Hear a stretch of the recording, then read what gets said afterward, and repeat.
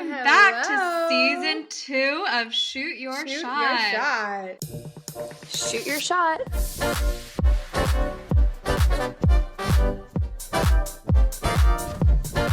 Shoot your shot. Woo! Hey guys, we're Welcome back. back. I know. It's been Finally. forever. I know, it's been a minute. How long has it been since we last recorded? Since we last recorded, I think it's been, oh my gosh. We last recorded in what, May? May, end of May, and it's Like, 'cause September. then you No, moved it's October 3rd. October.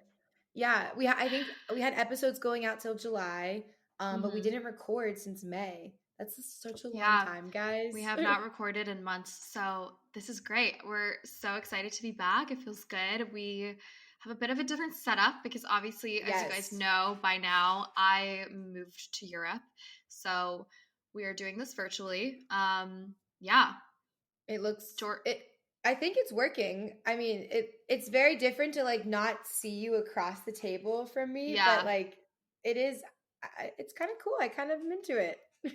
No, I like it. I think this is going to make it easier to record now that we kind of have it figured out. But yeah, so for those who are listening audio only, we are recording video virtually through a platform online. So if you guys still want to watch on YouTube, you can. This is on YouTube. And then obviously we are still in all the regular other podcast platforms. So nothing has changed, which is exciting. Okay, so we haven't chatted in a while. So I feel like we can just use this also to catch up, you and me, because it's been a minute. But how are you? Where are you right now? Or you're in LA, right? Yeah, I'm in LA and you're in Paris. What are we? Are we a 9-hour time difference? Yeah, 9 hours. That's if you're crazy. in LA. Yeah. It's honestly, it's so annoying for scheduling meetings because my mornings, everybody's asleep on the West Coast. So I basically can't take any meetings until afternoon to nighttime for me. And then people are always like, oh, are you like, two of my best friends have been trying to get on a call with me for a month, but it's impossible because one of them works every morning. So by the time she's free, it's like 6 p.m. her time and it's like 3 a.m. here. And I literally haven't been able to FaceTime them in like a month because of this time difference. I know. It's really sad. I know. We even have meetings like it'll be like 11 p.m. here in LA and it's like what, 8 a.m. your time? Yeah, exactly. Yeah. I don't know. I guess like should we like go back and forth like saying what we've been up to since let's talk about our summer. July. Okay, yeah. In June, I kind of took like a little break for 2 weeks from work to go on a vacation with my mom, which was super fun and super sweet. Oh, it was the train, right? You took the train across America? Yeah, that was sick. Took a train across the country. I didn't even know you could do that. Like, I didn't know that a train. I didn't either. Was it one train or multiple? You like train hopped to get to the end of America? It was one train. It goes from, we left from Chicago and we finished in the Grand Canyon and spent some time in Arizona and then got a rental car and then drove to LA and then took the train back from LA all the way to Pittsburgh. So wait, that's so cool. I guess I had no idea you could do it. It's so much more common to take trains in Europe, but I've never really have taken trains in the States aside from New York to Virginia and then San Diego to LA. So like I didn't realize that there was the possibility of doing that, which is so sick. We took a train across the country. So I took like 2 weeks off to do that with her. And then after that, I went straight into my hike at Havasupai, which was crazy. I've waited like 3 years. 3 years to get that permit because I basically Havasupai, how it works is for anybody who doesn't know, it's a hike on an Indian reservation and you have to join a waiting list to get assigned a permit. Jack and I signed up, I think it was like maybe like 4 months before COVID officially happened. So we were supposed to go in June of like 2020, but then it got pushed to June 2023 because of COVID. So like we literally were on the wait list for 3 years. And it was wild. Absolutely like magical. It was just such a cool experience. There was no service. It was a very intense hike in like 100-degree weather, but it was just a very good like passion project content trip. That you need to post content from that. I saw like one reel that you made of like you sitting, but like you need to post content from that. I know. I have so much editing to do, honestly. Like we literally so we took in like all of our professional gear. Like Jack literally hiked the whole thing, like holding his gimbal. Like we have so much content. We just have to actually sit down and edit it still. Yeah. But I feel like that's like such a common woe. Like the same thing happens to me. I go on a trip and I shoot so much stuff and then I end up not editing for like 6 months. Like, okay, yeah, our trip in Sicily, I still you haven't still edited have like it. 50% of the photos, like more than 50%. And there's so much That's good right. stuff. I don't know why, like, that's such a creator thing where It is. you just like, you prepare, you plan, you shoot, you get so much content, and then you just like, because it's not a client thing, you just throw it into a hard drive and you don't touch it. It's like so Exactly. many people say the same thing. I don't know why we are like this. Like if I had a deadline on it, I would edit it like the week up. But because there's no like need to have it done, I just like push it away for so long. And it's so stupid because it's content that could It like further my portfolio or and like elevate get new yourself. Yeah. clients. Yeah, and it's just also like it's fun to share that side of what I do, but I think it's because we're not like I'm not a travel content creator at all. So it's like I don't have this timeline and deadline in the back of my mind that like a full-time travel content creator, like I don't know, like Chelsea Kwai or something, or even like Chris Baldara's, Mm-hmm. like they always edit right away because it's like that's their like they are a travel content creator, you know? Yeah. And No, I yeah, think I'm glad you brought that point up because that's been something I've been trying to like almost like retrain my mind to think of and look as like if I go on a trip or if I do something for myself, like I need to look at it as if like a client is paying me to do that because if I yeah, do that, then I'll get it done exactly. like ASAP. But if I'm looking at it as Mm-hmm. like, oh, like this is George's like fun, fun content, like It like will the never same get thing. done.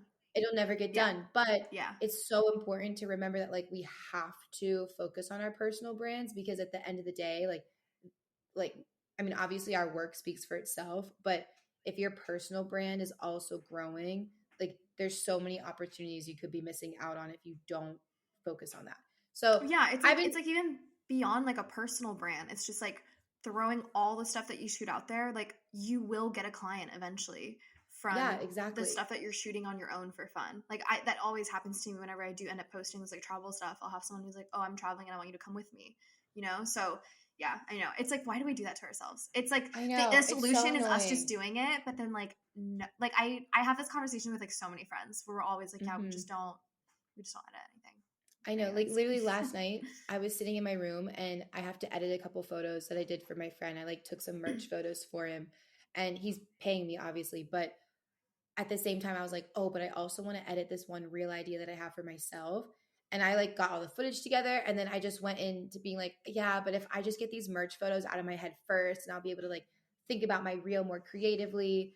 But then that always happens. It's like a slippery slope because then it's like, okay, merch photos are done, but then the next project comes up and you just keep pushing Yeah. yourself like out of the way. It's Right. just a vicious cycle that I feel like we can all do better at Yeah. being better at. Yeah, no, same. I have so much like I shot so much cool stuff this summer for fun and I haven't I would touched say like I've barely seen some. I mean, any of it. I've seen like some of your reels that you've been doing on your travels, but I was just gonna say I feel like you also have so many things that I haven't even seen yet. Yeah, I mean I shot so much this summer for fun and yeah, I haven't I haven't like edited any of it. I mean I've edited like maybe a couple pictures. But yeah, for the most part I haven't really touched all of my travel stuff cuz I did have a really busy summer. And so yeah, I've just been like working on client stuff all summer. Like it was a busy summer for me, thank God. That's Like good. I was so nervous moving to Paris because I was like, I oh, know I'm you were. uprooting my whole business. Like, what if it doesn't work out? What if I don't get clients? And I feel like God was just laughing at me because I've been more busy in Paris than I was in LA. Like I get Oh, booked more really? here. Yeah, it's crazy. Like I have been getting booked so much here and I mean it's such a blessing. I'm so grateful, but I've been so busy and so I haven't edited any personal stuff because I've just been like deadline after like whenever I finish like 3 client projects, I'm like, okay, I have a week to like just focus on my own work and like relax. And then I end up like getting booked again. And then I'm like, I have another deadline. And then it just goes like back to back. So I haven't edited anything because I've been busy, which I guess is like an okay excuse, but it's still not a good excuse because I need to But just that is edit good to hear everything. that you have found work in Paris because I remember, and for those who maybe have listened to our like last 1 or 2 episodes of our last season, Claire, you even mentioned this kind of a little bit of anxiety going into moving to Paris because you were worried about getting work. So it's cool to see that 3 months later, you're like, I'm so busy. Yeah, I was really apprehensive before moving because, I was in LA for almost 7 years, and like my business was doing really well, and I had like all these retainer clients, and like weirdly enough, moving to Paris has made me busier because okay, so I don't know if you guys saw, if any of you have listened, but I was on the 505 podcast with the guys in August, like a month and a half ago when I was in LA, and they were asking me about that, and they're like, are you able to get work? And I told them on the podcast, I was like, it's crazy, but I've kind of like figured out a way to get work in Europe, which I don't really know if it's like something that I've just figured out, but I don't know, it's just working for me, I guess. But I think the reason I'm getting so much work is that an American production company or an agency or a client, a brand, whatever, an American client would rather hire a contract American content creator in Europe than hire a French agency or French production company, because the way the payment system works in France is completely different. You probably have to deal with so many weird taxes and like just weird like financial like visa issues, structures, not even visas, because like the person's already in France. It's just like you have to pay them in euros, you have to pay them with like different, like, you know, like there's no W-2 in France. It's like a different type of thing. And so an American company doesn't want to have to deal with a European, whether it's French or Spanish or German, whatever. It's just more complicated. So I'm actually getting a lot of work because I think because I'm American, I'm able to take on work as an American, but I'm also a French citizen. So I'm like, it's like legal for me to be working in France, but I'm getting paid via American companies. So it's not actually like I'm making money with like a French company. Anyways, long story short, I think it's technically easier for an American company to hire me. So I think because of that, I've been getting a lot of work because they're like, whoa, now we have a contact in France versus going through an agency, which like we all know going through an agency can be, it just is really complicated, and like they take a really big cut.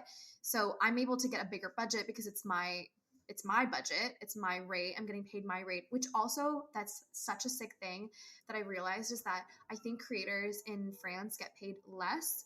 I'm still getting paid my American rate as in living in France. So I'm actually making more money technically because everything here is cheaper than LA.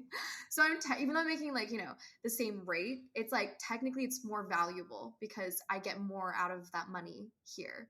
So I feel like this is like a creator hack. I mean, the thing is though, the reason it works so well for me is because I'm a French citizen. Like I don't have to leave France, you know? So it's like, I definitely have an advantage. And I'm like, and you can also speak the language too. Like I know, well, exactly. I'm sure, that's the thing too, is like, no, it does, because then I can find French models, I can find French locations. Like there's no issue for me to get anything done in France versus if you were having just an American here, they might struggle to like connect with people or like whatever. It would just be more complicated. So anyways, I think I've just figured out that this move was so good for my career actually, and I'm really grateful because I was so freaked out before I moved, and now I'm like, could not be better. Yay. Okay, so June, moved to Paris. I was with my brothers. They helped me move in for 2 months, or for a month. And we went to Ibiza for fun, which was like so weird going to Ibiza with my brothers because they're like younger than me. They're like 19 and 21. And I was like, we were like at a club, and I was like, this is so bizarre clubbing with my 19-year-old brother in Ibiza. Like never did I see this coming at all. So that was really fun. Wait, what club did you go to when you were there? I don't remember. Do you remember? It was one of the really popular ones. It's huge. It was like a carnival. Like it wasn't even a club. It was probably like high. No, that doesn't ring a bell. Oh, okay, never mind. Because I went for one night there, and like I have my like opinions on Ibiza, but I think I just went to the wrong club. Yeah, Ibiza was cool, but I think it was so overhyped. And then I got there and I was like, okay, it's that's cool, how, okay, it's not that cool. That's how I felt. I felt like I had this like huge expectation in my head where I was like, oh my God, Ibiza. And like, I love like partying just as much as the next person. But I was like, this doesn't feel like it lived up to my standards. And like, I don't know if, again, I just went to like the wrong place, but like the club wasn't even like in like a strip. I went to Amnesia and there was nothing wrong with it. I think I went to Amnesia. Maybe. But it was just weird to me. Like I came in the Uber or whatever, and like there was nothing like around it. It was just the club. Like I don't know. I thought I was gonna go on the strip. And I know there's other parts of Ibiza I didn't get to see, so I don't want to like discredit Ibiza. Well, there's not really like a strip of clubs though. It's not like Vegas where there's a strip. Like there, like the really big clubs are all scattered randomly in the middle of nowhere. I didn't know that. There isn't really a club strip, so I don't think you missed anything because like that's not a thing in Ibiza. Then I mean, that doesn't make sense to me. See, that doesn't make sense to me. I feel like I want to be able to like get out and like walk to the next spot, but I guess you have to Uber everywhere. I feel like that's more of like if there's a bunch of bars next to each other, you can definitely go bar hopping in Ibiza. But as far as I could tell, like all the clubs are kind of just scattered, just like randomly scattered. Yeah. Anyways. Yeah. But yeah, no, Ibiza was cool, but like, I mean, I'm just lucky that I've traveled a lot, so like it takes somewhere really cool to impress me now. And I was like, all right, Ibiza is definitely like the white trash of Europe. Like, like it is though. Like I got there and it was just, no offense to our British friends, but it was like the trashiest English people I've ever seen. It was like people. Oh, there were a lot of everywhere. Like it was just so, you know how like Vegas is like the white trash of America. Yeah. It's like the same in Ibiza, but it's like the weirdos of Europe. So it was cool. But there are a lot of British people there. There are a lot of really oh my gosh, it's literally like 98% British people. Yes. Yeah, it was. I wasn't expecting that for some reason. I was like, wow, why are there so I wasn't many either. Brits? Yeah. I don't know what I was expecting, but yeah, it was just very like they were doing some weird things. Like, so went to Ibiza and then I went on a really cute road trip with my mom and sister in France. Oh, that's right. We went to Clermont-Ferrand and like underneath, like not all the way south of France, but like pretty close. Auvergne, for those who know France, it's in Auvergne. And we just drove around for a few days and like it was so fun. I've always dreamed of doing a road trip with them. My sister is 15 years younger than me, so she's pretty little. So it's just like literally always been a dream. And we went to Rocamadour and like all these incredible places, and yeah, it was so fun. So that was like a big highlight from June. And then I just spent the rest of the month just with my brothers and my dad in Paris and like exploring, and we got to stay in like my favorite neighborhood in all of Paris, Le Marais, which is in the 3rd arrondissement. And it's literally like it's the art kind of like art district of Paris. And so the fact that we got an Airbnb there was so sick, and like yeah, it was a dream. So June was super fun. It was just like getting settled in and being with my family in Ibiza. I know, in Ibiza. Now, and your family is originally from Paris, right? Like actual Paris, or where are they from in France? Yeah, my whole family is Parisian. So my family still lives here. Like my cousins are here, my grandparents are here. Like our whole family is Parisian. Oh, cool. And do they live like close to Paris though, specifically? Yeah, my cousins live in Paris. Well, three of them. Cool. And then my grandparents live in the suburbs, and then the rest of my family, like cousins, uncles, aunts, they're all kind of scattered through France. But originally, you know, when my mom was growing up and when my dad was growing up, they were all in Paris, and they're all Parisian. So I'm like a true Parisian, like you're like through. What do they say? You're going back to your roots. Yeah. And I mean, I never left the roots technically. Well, I guess I did because I lived in it's like, you know, like whenever like if you're like live in like a country town and you like go back to your roots, like all country, like not that Paris is country, but you're like going back to your roots. Isn't that a saying? Yeah. That's exciting. I actually have yet to visit Claire in Paris. This bitch was literally an hour and a half train ride away for 2 weeks and didn't come see me. Okay. It was a 30-minute plane ride. It was only a week that I was there in the hour and a half train ride away. I was in London. For a week, and I did I had the intention of being like, okay, let me see how I can go to Paris at least for like a couple days just to see Claire. But I was with friends, and honestly, like they were taking me to a bunch of theater shows every night, and I was like, this is great. Like I never get to see any theater in the West End, and they just kept like they literally had it booked like every single night. They were like, we're in London, because they're super like theater freaks. They're like, we're seeing every show possible. Well, I used to love theater. Like I know, like I used to love theater. My mom and I would like always go to like every show possible in Pittsburgh, but like I don't know, like LA doesn't really have a huge theater scene. So when I moved to LA, like I kind of accidentally fell out of seeing any theater. I mean, they have like a more like off Broadway theater scene, but nothing like New York or like I don't know. they don't really have that many shows, I feel. So anyways, it was really cool to go there and see all those, but Claire was mad at me because I didn't go see her. You were so close. Also, there's so much theater here. I'm just saying. I actually want to go to the Moulin Rouge in, I don't know if it's like in Paris, but near Paris. Yeah, it's in Paris. No, it's in Yeah, Paris. yeah. I like want to go and like dress up in like big red dresses. We could do that together and make it like a whole shoot your shot thing. But yeah, I have always wanted to do that. That's been on my bucket list. Anyways, so it sounds like we both July. Yeah, but it does sound kind of cool. We've kind of both had a little like took time off for family like at the same time in June, which is pretty cool. Yeah. Very wholesome. Cute. July. So okay. So let me see how I can explain this in the most like simple way possible because my July was a little bit chaotic. So Jack and I, for Elation, got an opportunity to join this accelerator program from my old university back in Pittsburgh, Point Park University. They started an accelerator program which essentially helps businesses and entrepreneurs kind of get like mentorship, resources, anything kind of on the back end just to literally help accelerate and grow their business.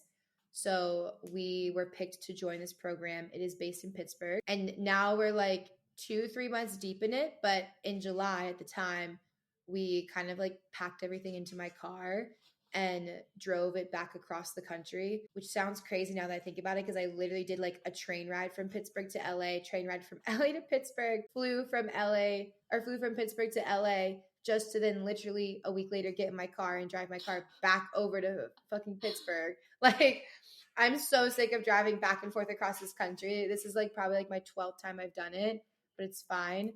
She's like, so, it's fine. I know, I'm like, it's steam fine, coming guys. Out of her ears. Literally. I'm gonna ship my car back whenever at the end of this month, so it's back in LA now because I cannot drive it back again. Like, it's just that's a lot. That is intense driving across America. Yeah, but like I think the one time we did it, like on a quick side note, the one time Jack and I did it, we timed ourselves to see like how quick we actually could get there, and like you just drove no stops. One of the times, yeah, and we got there within like 52 hours. That's insane. You didn't stop to sleep? No. I think we stopped for maybe like a couple hours just to like shower at a gas station at a Planet Fitness, and then just kept going so we could like wake ourselves up. Yeah, it was pretty wild. I can't do that again. You should have made that into like a TikTok thing. Like, that's crazy. I did actually. That's the thing. I recorded a bunch of iPhone content of it. I just never pieced it together. But with that said, we kind of did that same idea this time. We drove back this time within 4 days because we gave ourselves a day break because we just didn't want to do the whole 52 hours thing again. Mm-hmm.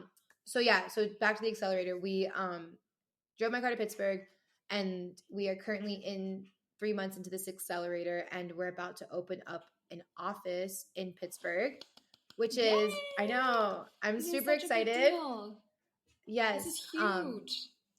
I know. So it's funny because, and we can like honestly dive more into this a little bit like later, maybe even another episode, but going from like the LA market to the Pittsburgh market in terms of like marketing, like for a digital agency, is so different because in LA, everybody like just understands that you need like digital media, like you need social media to elevate your brand, whatever your company brand, personal brand, whatever it is, like you need it.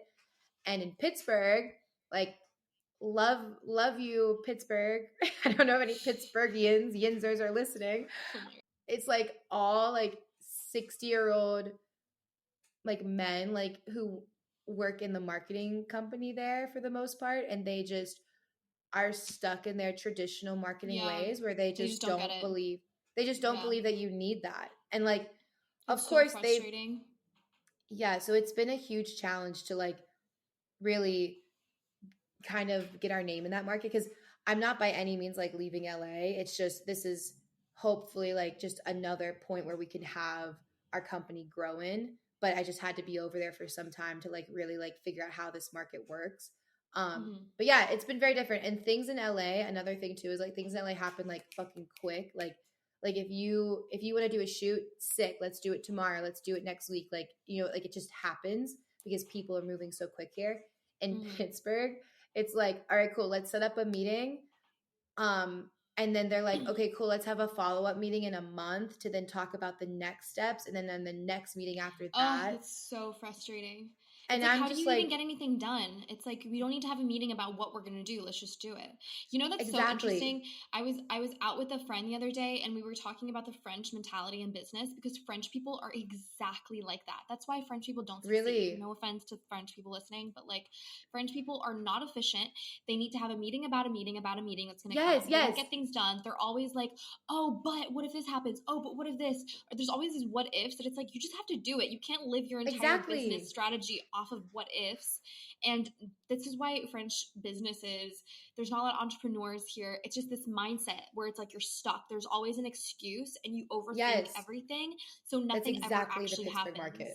That's exactly what it sounds like. Yeah. That's you like hit that spot on. That's exactly what it is. And it's been so like, for me, somebody where I'm like, I want to get done like right now, like let's move. It's been so frustrating to like have to deal with that. But it's been a good challenge. It's definitely tested like my patience. No, overall, it's a really good experience, and I am excited that we're going to be opening up an office.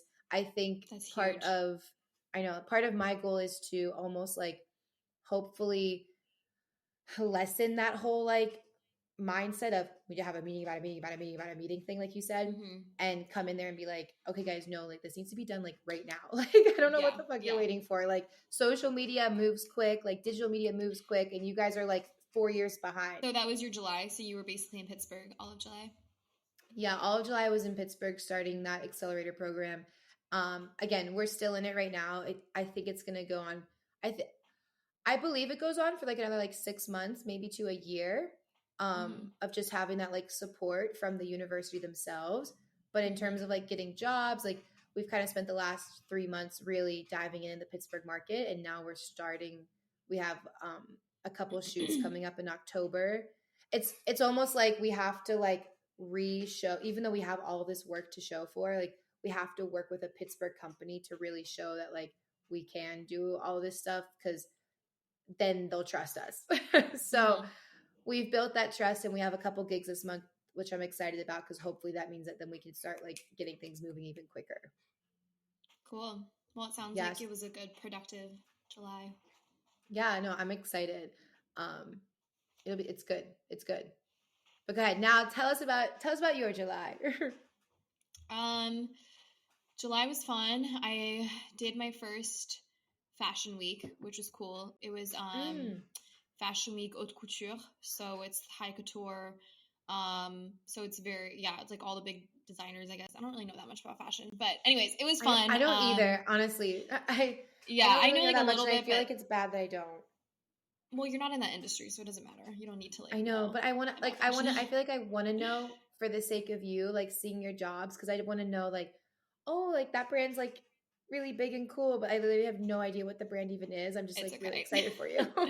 No, it's okay. But yeah, it was really fun. I went to my first like big fashion show, which was so cool. It was at Ballet Garnier, and it was for, oh my gosh, I literally don't remember the designer.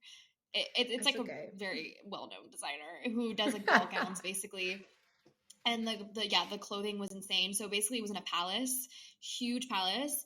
It's stunning inside, covered in gold, molded, paintings everywhere. So and then pretty. There was these two massive staircases that went up, and the models were walking down the two staircases, and everybody's sitting around, and the models are wearing these like exquisite gowns with like huge like shoulders, and like it's just out of this world. It was very medieval times, and everybody's going up in these gowns, and then everybody else is also in gowns, you know, and it's like ornate, like it's just so extra what everyone is wearing. So looking at everybody, watching these people go up and down the stairs, it looked like a king's court. And for a second, it flashed in my mind. I was like, this is exactly what it looked and felt like in medieval times. Like I just had the sense. Cool. I was like, this is what it looked like. And I'm obsessed with medieval times and like that whole, I love castles, everything. You didn't know that? I'm obsessed with castles. That's all I do. No. Like I know you're obsessed with castles, but I just guess I never thought about like that you would be obsessed with medieval times. I am. I'm so obsessed with medieval times. So being in that situation at this fashion show for a second, I was like, I understand. I know what it felt like back in the day, You're like like, I once lived 700 years here. I was ago. once here. Yeah. So, anyways, that was really cool. I got to shoot a model, or I guess she's like an influencer, fashion influencer. And so we followed her, and it was really fun because there's like a red carpet to go into the show, and there's basically like photographer. Like, so for those who don't know how Fashion Week works, especially Paris Fashion Week, and I imagine Milan is similar, maybe New York.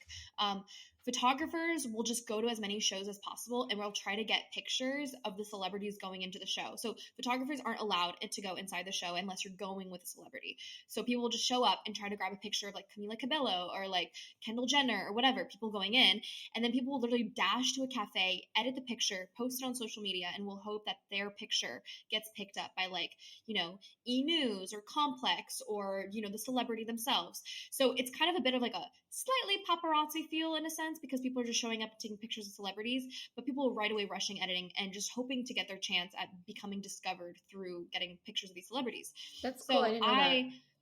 yeah, it's super fun. It's very chaotic, but it's really fun.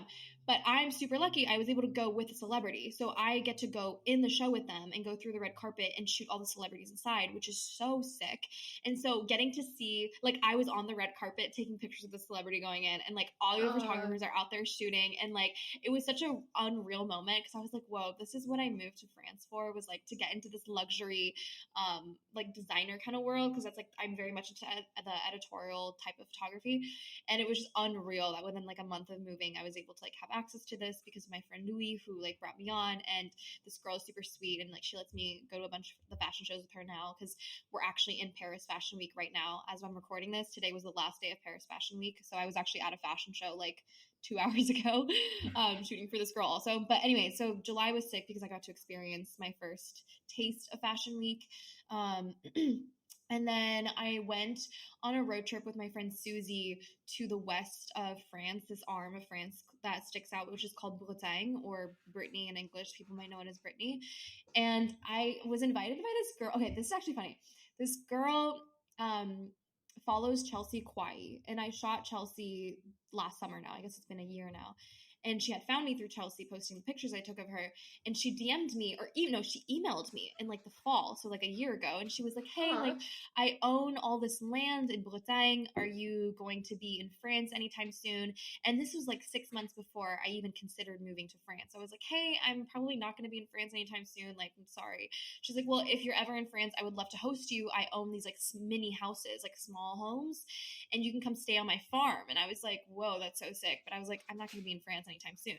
Fast forward, I moved to France. So she randomly emailed me again this summer and was like, hey, are you by any chance going to be in France anytime soon? I would love to host you and like do a shoot with you. So I emailed her back, and I was like, funny enough, I literally moved to Paris. So yes, I am in France full time now. And Dude, so she was that's like, sick. well, if you want to come, yeah, she was like, if you want to come stay in one of my small homes, you can like experience this like little life thing I have going on here. So my friend and I went on a road trip, rented a car, and we drove to this girl's place, and she basically like makes all these really, really sick small homes. Is that what the name, is that what they're called? Are they like called tiny small homes? Tiny homes. Yeah, Yeah. tiny homes. Mm-hmm. So she has like acres and acres of land next to this forest and grows her own food. She basically does everything from scratch, builds her own homes, and hosts all these like nomads throughout the world who will just come and like help garden, help grow food, help take care of the land, and in exchange they get to live in these tiny homes. They have a program called woofing. Is that what she does? It is woofing. Yeah. Yeah. So she hosts, yeah, exactly. Mm-hmm. She hosts woofers who come and stay at her place. So she had me come with my friend, and we stayed at her land, like on her land for 3 days. And like we got to eat all the food that she grows with her fiance. And we did like a really sick shoot outside. We like filled a bathtub with milk and water and put her in with like flowers all over her. And like, it was so sick. I do remember this now. I remember your Instagram stories. I've always wanted to do one of those milk baths. Yeah, that looks sick. It was so cute. We should like insert that right here so we can have people see. Totally. But yeah, so that was really fun, and got to spend time at the ocean with my grandma in Bretagne, because that's where she lives. So yeah, so a little road trip, did that, and then spent the rest of July in Paris, just like exploring and living here and connecting with people. I experienced my first Bastille Day in Paris in July. Oh, and so that's I saw when the fireworks. thing lit up, right? No. This is when fireworks come out of the Eiffel Tower. The Eiffel Tower lights up every single night, but this is when fireworks. Yeah, like the colors.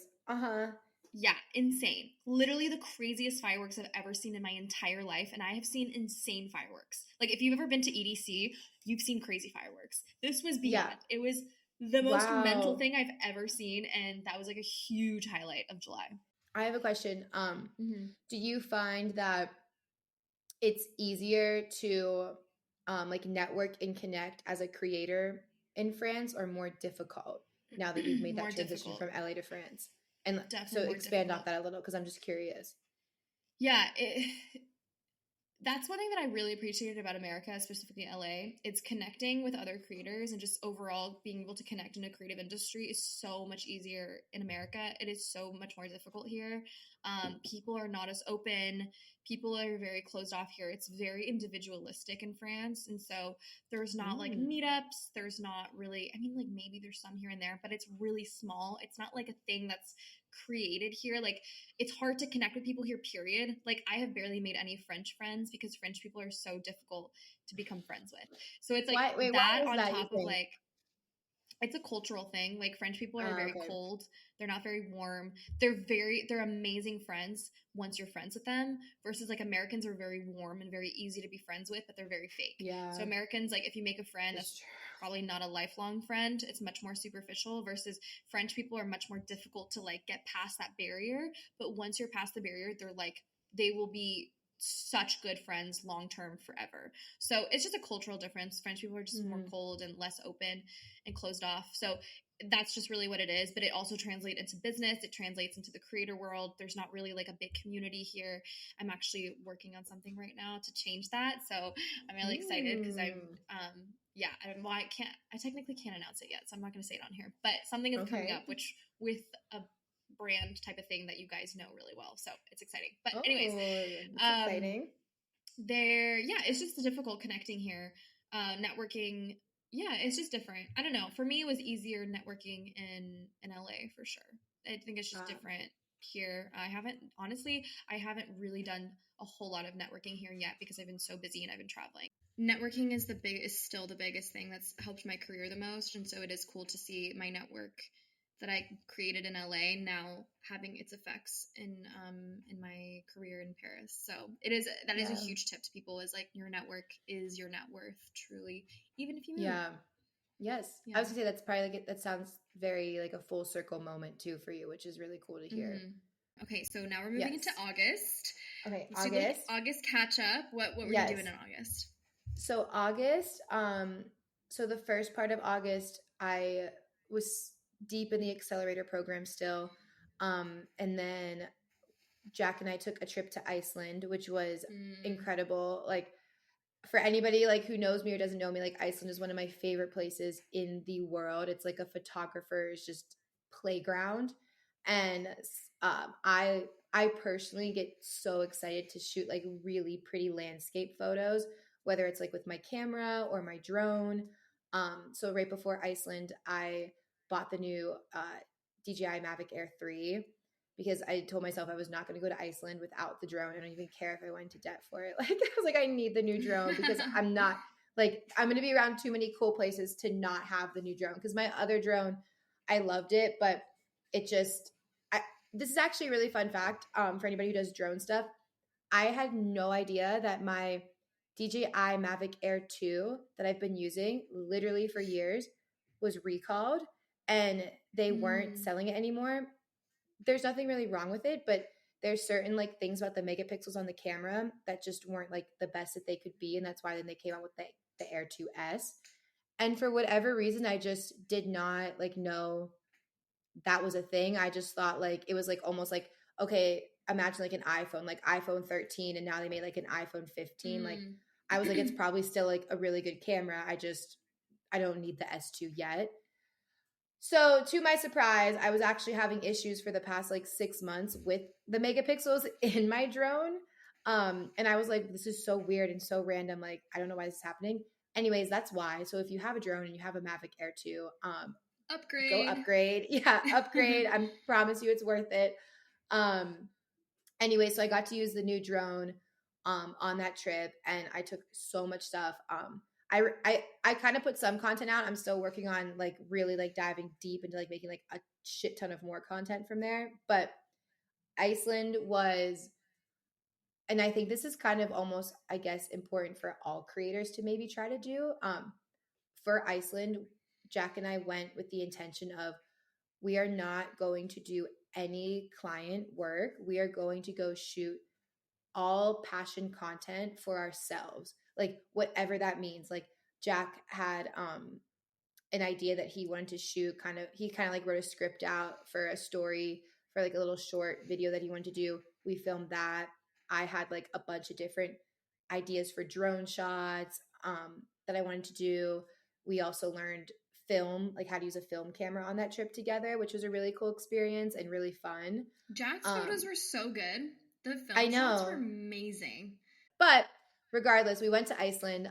We focused strictly on shooting passion project and passion ideas, and it really just felt good and kind of like a little bit of a growth change for us to be able to actually just shoot for ourselves for once instead of shooting for clients, and being able to just fully lean into our own creative ideas with no like restrictions whatsoever. Yeah. So were you guys able to finish any projects? Because you said you were there filming some like personal projects. Like, were you able to finish them in Iceland, or are they done? Like where are they at? Yeah, so they we filmed it. So it's literally just now piecing it together and editing it. Is it like a short film? Is it like a music video? Like, what is it? Yeah, so uh we kind of did a short film for Jack. I don't know how he wants to go about it, because he said after looking at the footage, he's kind of had a little bit of a different like idea to put it into story. I don't know exactly what he's planning on doing with it yet, but it is a short film and he's going to have a voiceover. And Nice. Jack is very into poetry. He like, again, this is a side note, but he was the first to kind of, back in NFT days, put poetry out in the NFT world. And I think to like this day, he's like the second best-selling NFT poet. Wow. Which so is like cool. super random, but he like loves poetry. So he really wanted to find a way to include writing a voiceover that's a poem into his actual footage that he shoots. That's like a really big goal of his first personal brand. So we were able to make that come to life. It just has to be edited now. And yeah, that was honestly amazing. Like we slept in our car the entire time, which really? was You the whole trip? Yeah, we just Whoa. because Iceland's it's really expensive, and we didn't realize how expensive it was in the summertime. So we were like, damn, all these hotels are like almost $300 to $400 a night. Like, yeah. After we got there. So you would leave the car running, and where would you park it? Would you park it like next to a hotel? Or is there like specific places to sleep in your car? Like, how does that work? Okay, this is bad. This is like kind of like naughty. Give it to me, girl. So in Iceland, this is a good tip too for anybody who wants to go to Iceland in the summer. Hotels are very expensive. I'm like, what are you gonna say? No. I mean, like, I just don't want like Iceland tourism to hear me and hate me, but also like hopefully they'll understand, because they're all about this kind of stuff. In Iceland, like I said, it's super expensive for hotels in the summertime. People book like a year in advance almost. What I learned, we were kind of like playing on the factor of if we were still going to go to Iceland because of this accelerator program. And then like 2 weeks before we booked our tickets, because we were like, perfect, we have this 9 days, like, or I think it was 8 days, let's like send it. Like we found really cheap tickets, so we did it. So kind of last minute. Anyways, when you go to Iceland, if you're there in the summertime, a lot of people will get like camper vans, and they'll like live in their van and like travel around in a van for their road trip or whatever they do. That's very expensive, because gas in Iceland is like even more expensive than gas is in LA. Oh wow. Yeah, it's very expensive. But what you're supposed to do, whether you're in a camper van or a car, is book these camping spots, and they're still like relatively cheap. It's probably like $60 a night maybe, and you literally just can go in and either park your car and have access to like a shower at some of them no shower, but you just get a spot to just be. Because if you park on the side of the road or park anywhere like random in Iceland. Like you can literally get a ticket and it like for 500 like Icelandic dollars, which I don't know how much that is. It's like more expensive in US. But so what we would do, again, this is like really bad. And if you are going to do this and you're listening to me, just don't say that I told you. Don't say shoot. You heard about this on Shoot Your Shot. As it's on a podcast that anybody can listen to. I know.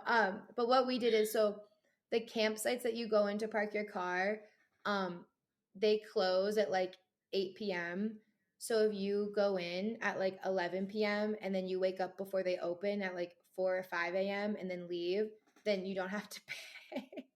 Oh my gosh. So wait, but they leave the gate open? Yeah, that's like Iceland is not like obviously like Reykjavik is like a really like built up town, but like anywhere else beyond that, it's just not. It's really not like anything because it's a very like landscape nature place. So like even like the luxury hotels in Iceland are like a box. Do you feel like it was like you said that you kind of went to reset and like not work on client stuff? Did it give you that effect? Did you come out of it feeling like refreshed and ready to take on client work? Like was it a good 1,000%. pause for you? I don't know if you were feeling burnt out a little bit before, but like did that give you a surge of like creative inspiration or like creative motivation? Like how did you feel afterwards? Yeah, I honestly like I think like right after Iceland, I was like editing and pumping out my own content that I actually enjoy. I think I pumped out like 9 different reels, like 9 days in a row. And it just felt like, I just felt like such in a flow state. And I'm sure like other people can relate to that feeling. Like when you just feel like you're in a very like creative flow. It was really good. It was really, really good for me. And it kind of reminded me in a way, like as obviously I'm building like my company Elation. I love doing that, but as much as I love doing that, I also love doing like my own like creative ideas. So it just made me more mindful to make sure I'm adding more of that into my work because ultimately the more intentional I am about doing my own passion projects, the more that creativity will end up bleeding into my client work too, which ultimately will just elevate my client work too. So it was really cool. That's so important to when you're getting, because we had an episode about burnout last season and we did talk about this, but sometimes it really takes just doing your own work for fun and rediscovering why you got into it. And I feel like a really good way of doing that, especially if you do like travel content, is to just book a trip and do it for yourself and not bring client work. Because it's so easy to like bring a client because it pays for the trip, it pays for your accommodation, you make money, but it's like mentally it's so needed and refreshing to just take those trips just for fun, like especially if you're in the travel world. So that's awesome you guys were able to do that. That's really good. I honestly like part of me wants to end up like trying to like build out like an Elation creator house in Iceland at some point. That would be so cool. Yeah, I mean that's part of the plan. Like building out again, that's like a separate thing. But part of the plan is like having an Elation creator house and building out several creator houses. I just really think that Iceland is going to be home to one of them because I love it. I can see that. That'd be epic. Yeah. But yeah, so that was a huge thing in August. And then I really wanted to I was supposed to go to Burning Man, but I had a family vacation and I chose the family over Burning Man. That's a good decision. You'll never regret that. No, I know. But I do plan on doing Burning Man next year. I'm really excited for that. But no, had a family vacation. And then kind of like end of August into September, I had another gig with Virgin Voyages. So I did that. Which I can kind of like dive into a minute because that kind of goes into the September, but I want you to touch on some August stuff with you too. Yeah, August was so crazy for me. It was super busy. I started the month going to Portugal for a week for World Youth Day. Which, wait, talk about that. Because that was so cool. Your stories looked amazing. Yeah, if you guys aren't familiar, I'm a practicing Catholic, and so every 3 to 4 years, the Pope picks a country to go to where basically all of young Catholics in the world come together to experience socializing with other Catholics and going to different Catholic activities together, and then seeing the Pope obviously is a huge one. And so the last one was canceled because of COVID, so it had been 4 years. And so I don't know how to express how massive this is. It's just hard to explain, but there was 1.5 million people there between the ages of like 18 and 30, basically. Guys, It's even her huge. stories were It's crazy. Like huge. Like, and what's crazy is that this one was small. I went to the one in Madrid in 2012, and that one was like 3.7 million or something crazy like I didn't know like that. 3.3 million. So That's this was crazy. actually a relatively small World Youth Day compared to really big ones. But still, there were 1.5 million people. And the craziest part is that the last day, you all go camping in the same place and you sleep basically in sleeping bags overnight wherever it ends up being, and then you wake up with the Pope. And so literally, you guys, we were camping in a huge park with 1.5 million people. I don't know how to explain. You literally stand up and there was 1.5 million people in sleeping bags. It is the craziest thing. So we had to walk from the middle of Lisbon to the park.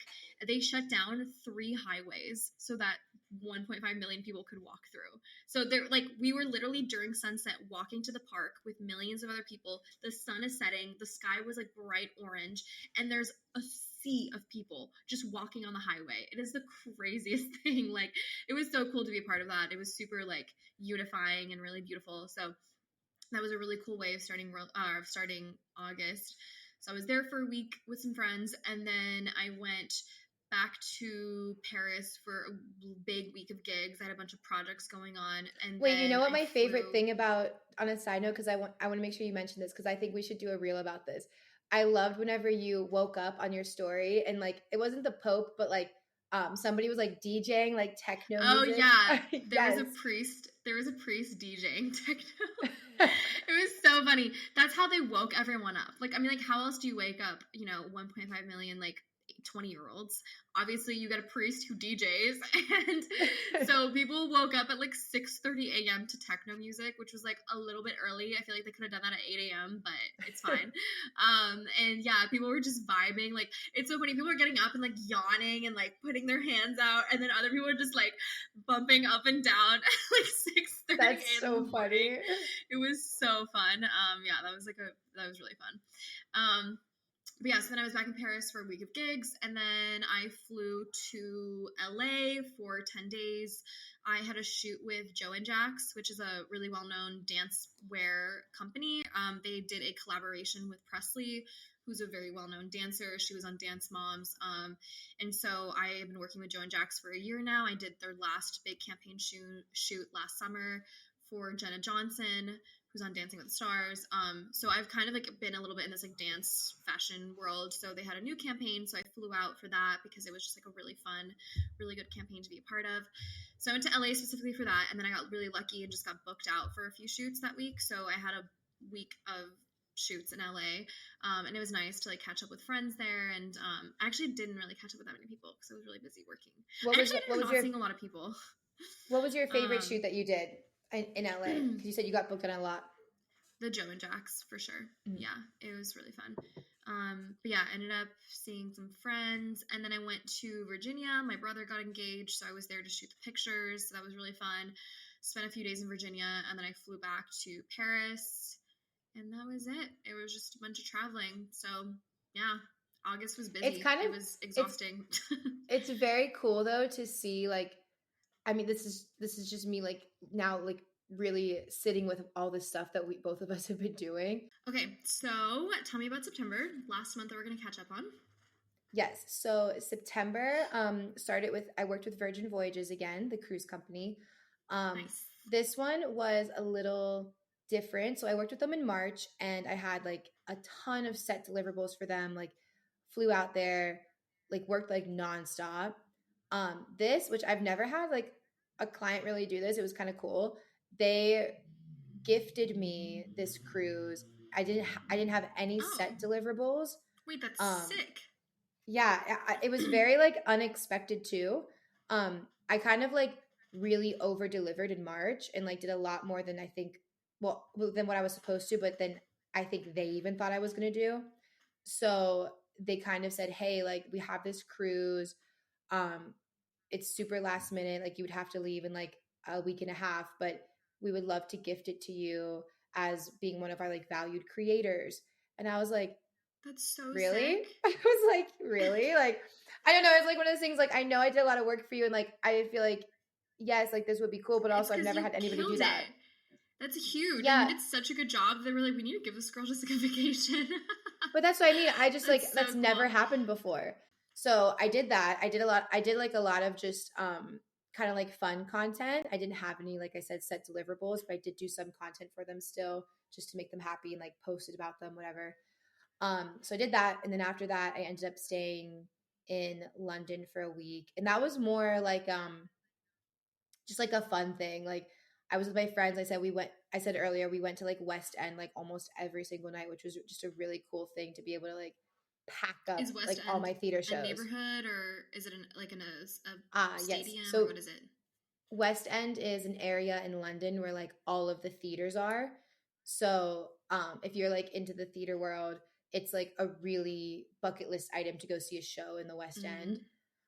Is it kind of like the Broadway of London? Yeah, pretty much. Okay. Except New York Broadway is like times 10 in terms of like size and everything. But yes, very, very similar. So yeah, we just did a lot of that. And that was like a very like just for fun trip. And then also like networking. I didn't realize like how many people I knew in London. And like I felt like every single day, which again, your network is your net worth, like how we said earlier. It just felt so good to realize like I was in London and I could like meet up with all these friends and people like in the same industry as me. It made me think about wanting to move to London for like a spring and summer. I like really, really loved it. Love that idea. Love that idea. I am really, really debating it to go for just like 6 months. Everybody go comment on Georgia's last post and write move to London. Everybody, right now. Get your phone out. No, open Instagram. Go to her last post, comment move to London. We're going to bully her into moving to London. This actually is not released yet, but it's okay if I talk about it. We worked on a project for the Green Bay Packers. We like love. That was really cool. Do we have any football fans here? I'm not a football fan. Respond. I was gonna say I'm not really a big like sports girly. I like tennis and volleyball, but that's it. Jack took a lot of the reins on that because it was while I was in London, but just in general, like Elation got to help creatively direct a commercial for the Green Bay Packers. That is and so epic. So epic. Yeah. And they really liked it. And we're kind of, again, I'm sure like it's fine if I say this, but we're kind of in talks of like doing a couple more projects with them and like expanding into some other parts of, I guess, the NFL. I don't really know. Again, I'm not like a sports girly. Huge. Like casual, just like, oh yeah, we just did a commercial for the Green Bay Packers. That's like unreal. It's unreal. Yeah, I know. I guess that is kind of like casual. Thank you. There's like a few other projects that we've done. Like in Pittsburgh, specifically with one of our retainer clients, we have a retainer client who she's like a woman-owned organization that supports women in music and also supports women research. And in Pittsburgh, there's one of the biggest institutes that focuses on women's health research, McGee Women's Research Institute. So we work with them a lot to really help highlight what's going on in the female health world because there's like very little research done. So it's been really cool to be able to be in person working with them because it's been kind of like really fulfilling. And I've been actually able to learn a lot about how like the health world for women really sucks. And a lot of the times people are comparing like our health to the body of like a man, which like is crazy because our body works just so different. Like the chemistry of our body is just so different. So that's a whole other episode we can jump into, but doing a lot of stuff for them. And then now I'm back in LA and I've been doing kind of like a lot of shoots here since then. And we're here. Nice. That's like very shortly said. I'm sure like throughout other episodes, we'll dive even deeper into like different projects that we've worked on because we do want to do that this season. But yes, now we're here. Shoot Your Shot season 3 is back on our priority to-do list and I'm very excited. And now tell us about your September, Claire. I'm excited to hear because you've been doing Fashion Week. So I've actually been waiting this whole episode to hear you talk about this.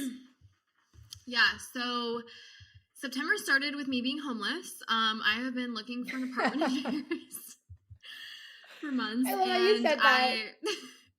I was doing co-living for a while, and I was basically living with a bunch of other random people, and it wasn't really what I wanted it to be, so I ended up moving out, and I was trying to find an apartment, couldn't, so I ended up living in this, like, manor. I don't really know how to describe it. It's basically like a manor in It was creepy. The suburbs of Paris. This place is huge. The owners were gone the whole month that I was there, and it was literally walking onto a movie set for the 1800s. Like, everything in the house was 200, 300 years old. That house was probably 400 years old. It's insane. Like, it's a very nice house. It's like very bougie, rich people own the house. And so everything in there was like gold portraits of like children from 100 years ago, like books from 1865, there was like a small car collection of like old Porsches, you know what I mean? Just like crazy stuff like that. And the house was so old and so creepy. It looked really beautiful during the day, though, in your photos. Like during the day, it was like magical. Stunning. It was a stunning house, but like I was alone in this house for a month, and it was so creepy. Like there were definitely ghosts in there. I don't know. It was just like everything in there was like 200 years old. It was so weird. So, and it was like next to a forest, and I don't know. I didn't love it because I was kind of like away from Paris. But anyway, so I started the month. I didn't realize it was next to a forest. That scares like, me. The back of it was a forest. To be fair, it was like the most beautiful forest, like stunning hikes, like really nice. But during night, okay, that's nice. Weird. But I don't know. At night, that reminds me of like a scary ass movie. Like, no, literally, you guys. This was the intro to every horror movie you've ever watched. Straight up, like everything in this house was just creepy. So, anyways, I lived there for this whole past month. Thank God I'm in Paris again. I'm like actually in Paris now. But then what did I do in September? I just had a lot of random shoots, like. But Fashion Week, that was like a huge thing. Well, that was this week. That was like very end of September. Okay, the rest of September. Oh, I went to Croatia. That was really fun. Oh yeah. I went on like a 5-day trip to Croatia, 6 days. Croatia with my dad. My dad had a meeting in Croatia, and he's like, "Do you want to come to Croatia?" And I was like, "Yeah, I want to come to Croatia." That's so casual. A meeting in Croatia. Had a little, yeah, he's wild.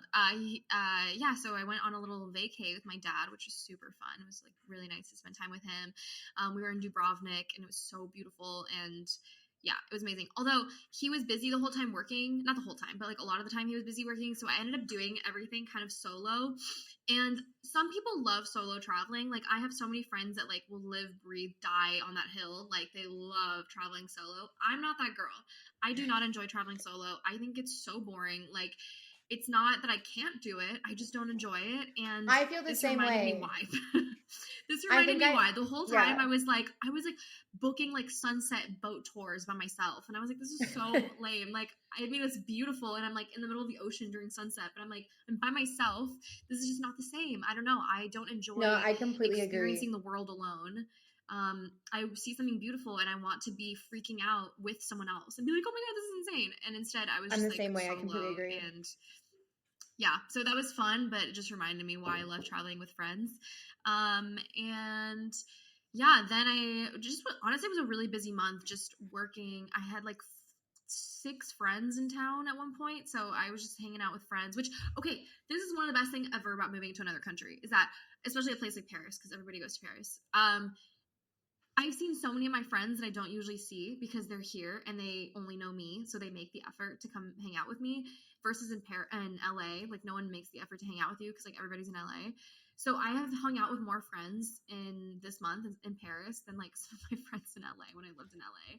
That's how I felt about being in London. Yeah. But that's what I mean. That's what I felt about being in London. I like felt like I saw way more people and like way more people that were like better to like uplift me than I do whenever I'm like here in LA. Not that I don't love like people in LA, but I don't know. I just felt like that was so random to be in London for that 1 week. And I saw like so many people and had so many like meetings and like lunches and shit. I was like, what the fuck? No, exactly.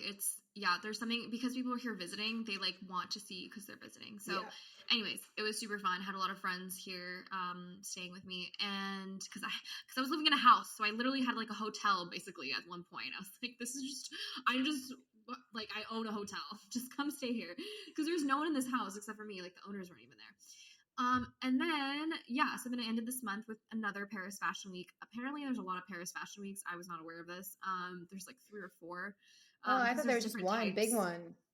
No. There's different types of fashion. So there's like ready to wear, haute couture. Then there's men's fashion, women's fashion. So there's definitely different ones. So the one in February is the biggest one usually. It depends. The one in February and then the one this week were pretty big.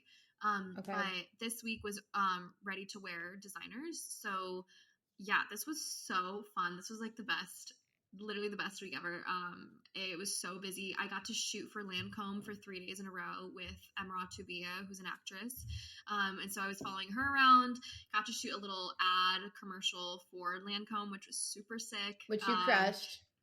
Thanks. I actually directed it, which was really fun because I think I've mentioned this on the podcast before, but I'm really trying to go more into directing. And so I actually got to hire a team and I directed the whole video and that was super fun. And I'm just really excited. I had a really great team. My friend Jessie DP'd, my friend Ben edited, and it was just really beautiful. So that was super fun. 3 days with Lancome and Emerald. And then, shot a bunch of random fashion shows again with this girl, Roman, who's the French influencer that I did the last fashion week with. And then today was the last day. I was literally at a fashion show earlier today. It was so sick. It was from like Avalano or something. I don't know the name, but it was so far. It's the brand that Kim Kardashian blew up because it's all latex. So I don't know if you guys remember, like she did like a latex look a few times and it's from that I do remember that. That's cool. Yeah, so I guess he's blown up because of Kim Kardashian, so like that was really cool. And yeah, just shooting a ton of Fashion Week stuff. Like it just, I don't know how to explain the energy of Fashion Week. You go to these shows and it's like a photography meetup.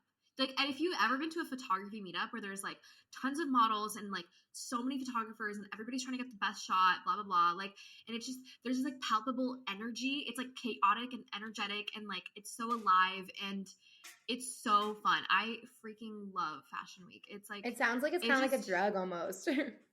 It's just like so energetic. Like there's so much going on. And like the biggest celebrities in the world are in Paris this week because of it. So it's like you just see all these crazy people on the street and like the fashion is so good and I love fashion and it's just like so inspiring. But yeah, so Fashion Week was super fun. And yeah, it literally ended today. So I have a lot of stuff to edit still. And then I also had 2 brand shoots also this week. So it was just like so busy. Like this past week, like this weekend, because today's Tuesday, so like Sunday and yesterday, I was like, I just need to like not do anything. But then I was moving. I moved into a new apartment, so then I was like moving, which is so chaotic also. So it was really a crazy week, but super fun. I feel so pumped, so inspired. I have so much to edit. I freaking love you guys. I just love my job. Honestly, it's insane. Like the fact that I get to for work go shoot beautiful humans. Like this girl I shot, Emerald, is like stunning. I don't even know how she's real. Yeah, like, her those photos were amazing, by the way. And thank you. And it's just insane that this is my job. And I was just, I don't know, it was so cool. Like I got to shoot her red carpet look in front of the Louvre. Lancome hosted a private dinner and tour of the Louvre, which is insane. That's crazy. Like it's like one of the biggest museums in the entire world, and they just got it for a whole evening. Anyways, I'm just so stoked that this is my life, and I'm so happy that I made this move, and I have felt so just, I don't know, life has just been so good, and I'm really grateful, and I love my job. And let this be a sign, you guys. There were so many years where I was struggling, stressing out, not getting gigs, thinking that I was a failure of a creator, that I was never going to get a cool job. I used to look at the photographers in Paris shooting and be like, that's never going to be me. I'm never going to have a like celebrity DM me and be like, come shoot me at this red carpet. Like I was like, that's just never going to happen. And you know, maybe it was imposter syndrome, like low self-esteem, but anything is possible. If you work hard and you put your entire soul into what you love to do and you really pursue your passion 100% and you make big moves, you take big risks, it will work out in the long run, I promise. And like this whole last 4 months has been proof of me putting in years and years of work, of me hustling, creating a network. Like I just worked so hard, and now to see the fruits of my hard work, like a week like Paris Fashion Week where I'm invited to go shoot, you know, a huge red carpet is just insane. And I just want this to like be the motivation to keep going. If you're like struggling and you're like, oh, I'm not getting any gigs, I suck, no one's ever gonna hire me, they will. You just have to keep going. Don't give up. Please don't give up. It's gonna happen for you, I promise. You just gotta keep hustling. yeah. Anyways, that was that's so good. My last little thing. I feel like that was like I cannot top that. You just said that so perfect. Like guys, if you need to like go back and just re-listen to that, at least last like 30 seconds again. Like that was gold. You got this. You can do it. I believe in you and anyone else who's pursuing a career in creating. It's so worth it, even when it's hard. Anyways, lovely. With that, guys, we've taken up an hour and a half of your time. I hope that you've enjoyed this little catch up. A lot has happened, and even more has happened than we've mentioned, but we felt like we wanted to give you a little bit of a where we're at now. We are so excited for season 2. We actually just hired and brought on a producer, so things are going to be changing very quickly here. We're going to be putting out an insane amount of content. So this is going to be a long season. We're not going to cap it at 20 episodes this time. Like now we're on a roll. We are taking Shoot Your Shot to the next level. And honestly, again, maybe this is me talking out of my butt, but like I'm predicting now, this podcast is going to explode. We want to inspire all the girlies out there, all the guys. We want this to be an inspiring place where you come for the motivation, you come for education, and you come for laughs because we're easy to laugh at because we're kind of idiots. I was gonna say I'm like, I don't even know what I'm doing. I'm like over here like, yeah. But no, we're super excited. Thank you for being here. Thank you for all the love we've gotten also. Like even though we took a long break, we got so much love, you guys, and it's like it means the world, honestly. It really does. And like DMs that you guys are sending us, like tagging us, and like we've had people, again, not to like make us sound like we're not good enough, but like we really didn't know if like people were gonna miss this podcast during our break. Like we were really stressed because I thought people would forget. I was like, me we're too. Done. No one cares. That's what I mean. I really thought people were gonna be like, oh, thank God their season's over, or like, oh, like wait, they have a podcast. I totally forgot. But people have actually been messaging us, like saying like, when is this gonna come back? Like you need to come back. Like I've missed you guys, and like I don't know, like that was just really cool. And I think it was good motivation for us. I was just gonna say, you guys also like inspired us to kind of like get the fire like back, kicked back under our butt. Is that the saying? Kick the fire back under our butt. Like I don't want to say ass. No, it's like, don't you get a fire started under your ass? Light a fire under your ass. Yeah, that's what it is. I always mess up sayings. Shit. So it really lit a fire under our ass to get like really serious. There is right now a fire under our asses. Yes, right now. No, I think, okay, what she's trying to say is that you sending us DMs and encouraging us actually made us continue this because we were like this close to not doing a season 2. And so it was just like difficult. Like the ones who sent out messages.